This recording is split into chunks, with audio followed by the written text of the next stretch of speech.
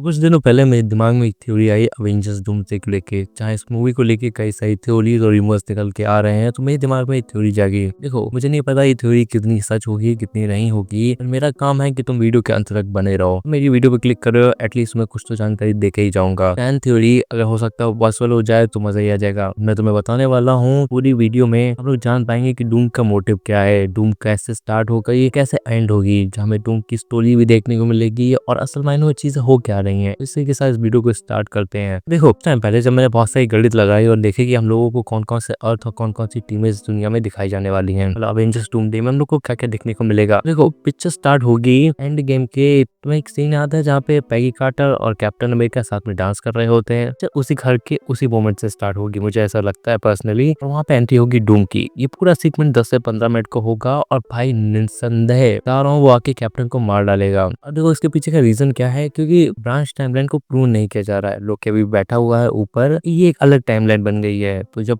ये अलग टाइमलाइन बन गई है तो हम लोग का जो इस समय करंट टाइम पे जो कैप्टन अमेरिका है वो एक अलग टाइमलाइन का कैप्टन अमेरिका है। तो ऐसा माना जा सकता है कि वो जो डूम आया होगा, सबसे पहले जब वो आया होगा कैप्टन को मार दिया होगा। उसने कैप्टन और पैगी शायद दोनों को ही मार दिया होगा। एंड ये पूरा सीक्वेंस हम लोग को 10 से 15 मिनट का देखने को मिलेगा। एंड यहाँ पे इसके बाद में वो शिफ्ट होगी थंडरबोल्ट के पोस्ट क्रेडिट सीन पे। यहाँ पे हम लोग को फैंटास्टिक फोर दिखाए जाएंगे जो कि अर्थ पे आ रहे हैं, अर्थ 616 पे आ रहे हैं। वो आके बताएंगे अपने फ्रैंकलिन बेटे के बारे में। देखो, फ्रैंकलिन वाला जो पूरा पार्ट है, मतलब फैंटास्टिक फोर का जो पूरा पोस्ट क्रेडिट सीन था जहाँ फ्रैंकलिन रिचर्ड से डॉक्टर डूम मिलने आता है, तो वो अपने साथ फ्रैंकलिन को लेके जा चुका है। यहाँ थोड़ा समय बीत चुका है जहाँ फैंटास्टिक फोर ने एक जो टाइम ट्रेवल वाली मशीन बनाई होगी। आप पूरा का पूरा उनको लाइक डायमेंशन ट्रेवल करना है या मल्टीवर्स के लिए जो उन्होंने एक मशीन बनाई होगी जहाँ वो एक जगह से दूसरी जगह ट्रेवल कर सके। इसमें थोड़ा बहुत टाइम तो लगा होगा। टाइम में डॉक्टर डूम फ्रैंकलिन को लेके गया कहाँ होगा? देखो, मुझे पर्सनली नहीं लगता कि अर्थ 616 पे डॉक्टर डूम डायरेक्टली आया होगा। गया होगा 1005 यानी कि एक्समैन जो हमारा फॉक्स का 2000 के यूनिवर्स है में गया होगा और वहां पे जाके मिला होगा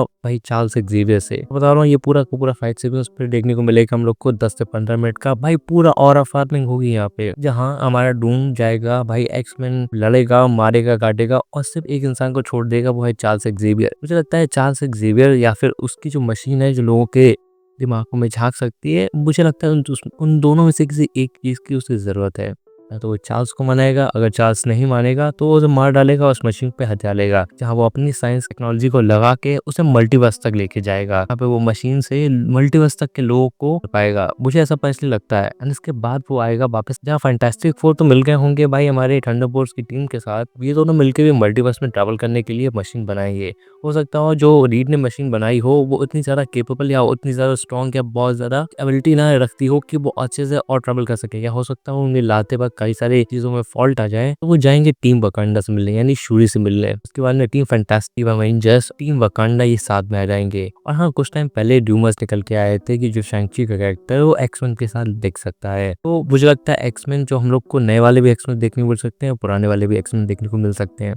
तो हो सकता है ये तीनों टीमें यानी कि वकांडा, न्यू एवेंजर्स और हमारे फैंटास्टिक शैंग-ची से मिले और ये चारों लोग जाएं एक्समैन के वर्ल्ड में, यानी कि अर्थ 1005 जहाँ ये डूम से मिले। और जब तक ये पिक्चर का ये सब होता होगा, उसी के बीच में हम लोग को इंटरवल देखने को मिलेगा, जहाँ इंटरवल के टाइम पे हम लोगों को डूम का पास दिखाया जाएगा कि असल मायनों में डूम एक अच्छी जिंदगी जी रहा था। जहाँ मुझे पर्सनली ऐसा लगता है कि एक ऐसी दुनिया होगी यहाँ पे फैंटास्टिक फोर्स नहीं होंगे, यहाँ पे सू असल मायनों में भाई डूम की पत्नी होगी, जहाँ उसका अपना एक बेटा होगा और ये दुनिया उसकी बहुत खूबसूरत होगी। लेकिन हो सकता हो कि भाई जो हमारे कैप्टन अमेरिका है, ऐसा लगता है मुझे कि देखो जो हम लोग के जो कैप्टन अमेरिका है उनके टाइम ट्रेवल करने की वजह से बहुत सारी ब्रांच टाइमलाइंस बनी।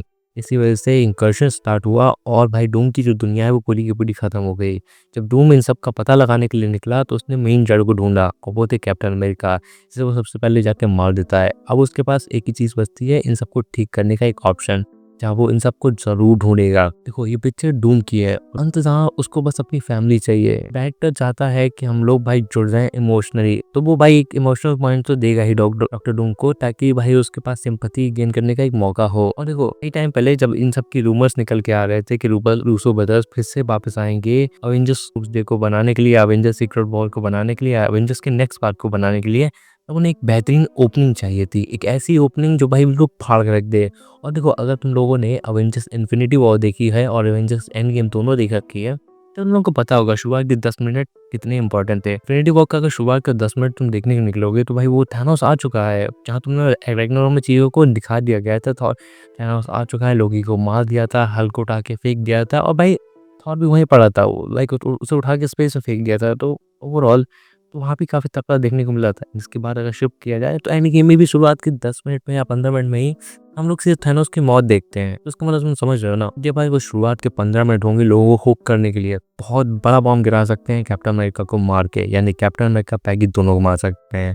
उनके पास अच्छी खासी चॉइसेस, क्या मजा होगा अगर वो उसी मोमेंट पर उन दोनों को मार दें जब वो दोनों डांस कर रहे होंगे। डूम का पर्पस यही है कि उसको अपनी फैमिली वापस चाहिए।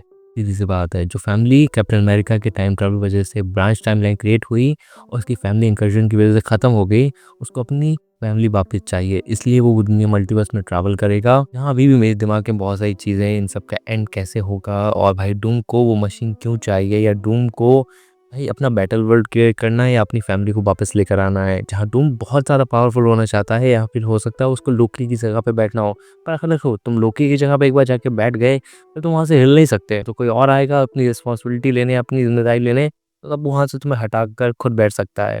तो डूम निसंदेह वहाँ पे तो नहीं बैठेगा जाके, उसे अपनी फैमिली के साथ एक अच्छी लाइफ जीनी है। तो भाई वो लोकी से कैसे मिलेगा और वो लोकी कैसे दिखाया जाएगा, और लोकी अपना बैठा हुआ है तो लोकी सब कुछ देख रहा है। और इन सब के ऊपर बात यह है कि जो कैंग का कहानी खत्म हुई थी लोकी सीजन 1 सीजन 2 पे, वो पूरी तरीके से खत्म हो गई है, या फिर भाई कैंग के ऊपर भी कोई और बैठा था, या कैंग के ऊपर बैठा हुआ था डॉक्टर डूम और ये सब करता धरता डॉक्टर डूम का ही था।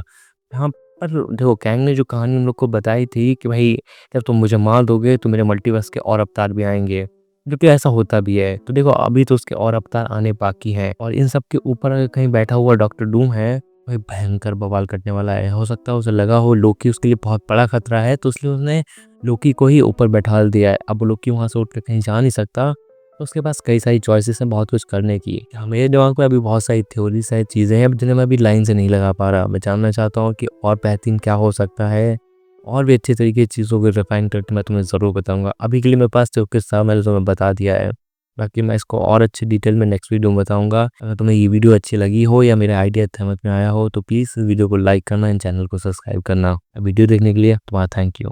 Bye bye.